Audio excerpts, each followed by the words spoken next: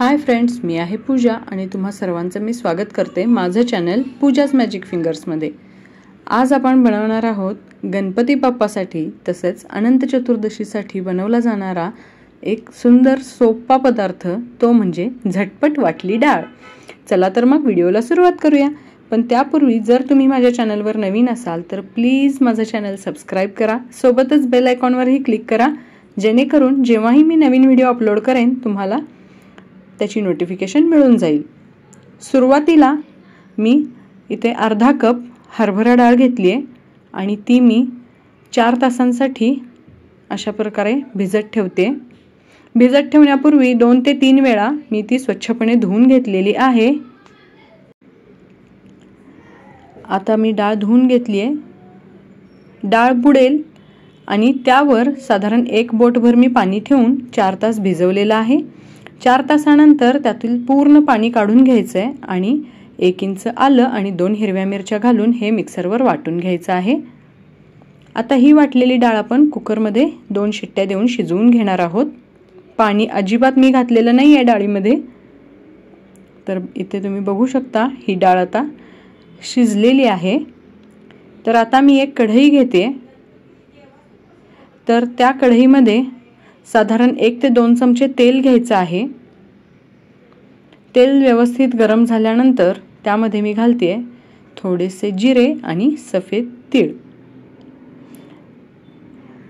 जिरं तडतडलं की त्यामध्ये घालायचं आहे थोडंसं हिंग। तुम्ही हवं तर इथे लाल मिरचीचाही उपयोग करू शकता, खूप छान दिसते यामध्ये।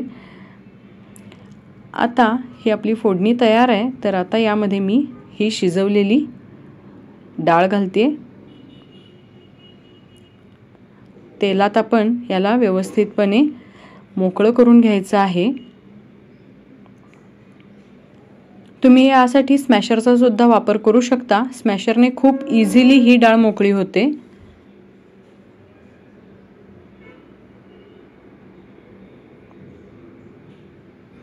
आता इथे तुम्ही पाहू शकता स्मॅशरने ही डाळ पटकन मोकळी झालेली आहे, अगदी कमी कष्टामध्ये।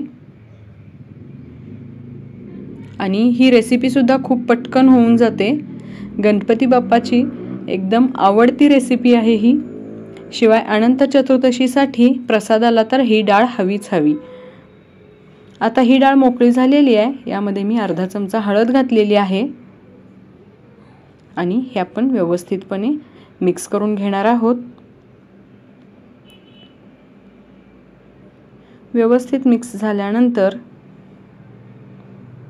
तुम्ही बघू शकता इथे व्यवस्थित ही डाळ मोकळी झालेली आहे। अजिबात कुठेही गठ्ठा असा नाहीये। तर यात आता आपण घालतोय चवीनुसार मीठ आणि हे मीठ आपण पुन्हा एकदा मिक्स करून घ्यायचं आहे।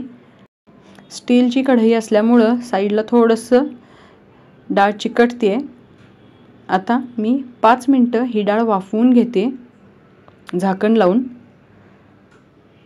5 मिनिटांनंतर तुम्ही इथे बघू शकता खूपच मस्त असा वास येतोय।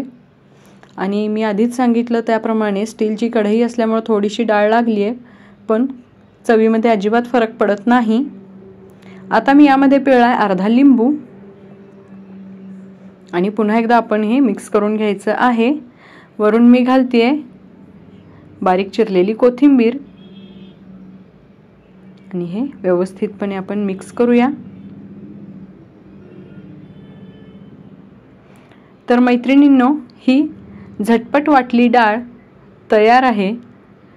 ही रेसिपी तुम्हाला कशी वाटली हे नक्की कमेंट करून कळवा। पुन्हा भेटू नवीन व्हिडिओमध्ये। आणि हो, चॅनलला सबस्क्राइब करायला विसरू नका। बाय।